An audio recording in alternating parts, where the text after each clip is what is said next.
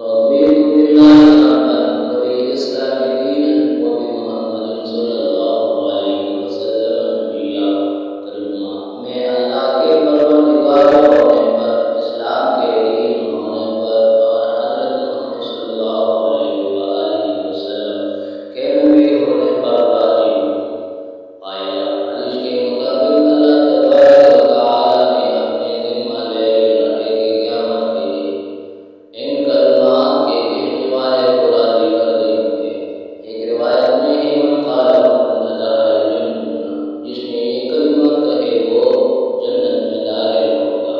ایک اور روایت میں اس کلمے کے پڑھنے والے کے بارے میں فرمایا زیادہ قابل ایمان، یعنی اسے ایمان کا ذائقہ نصیب ہوگا۔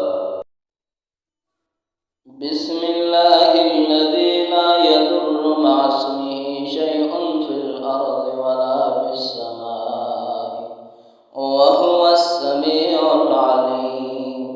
ترجمہ: اللہ کے نام سے ابتدا کرتا ہوں جس کے نام کے ساتھ کوئی چیز زمین و آسمان میں نقصان نہیں پہنچا سکتی، اور وہ سننے والا اور جاننے والا ہے۔ قائلہ حدیث میں ہے ان کلمات کے کہنے والے کو اس دن یا اس رات کوئی نقصان نہیں پہنچے گا۔ ایک روایت میں ہے شام تک اسے کوئی ناگہانی آفت کا سامنا نہیں ہوگا۔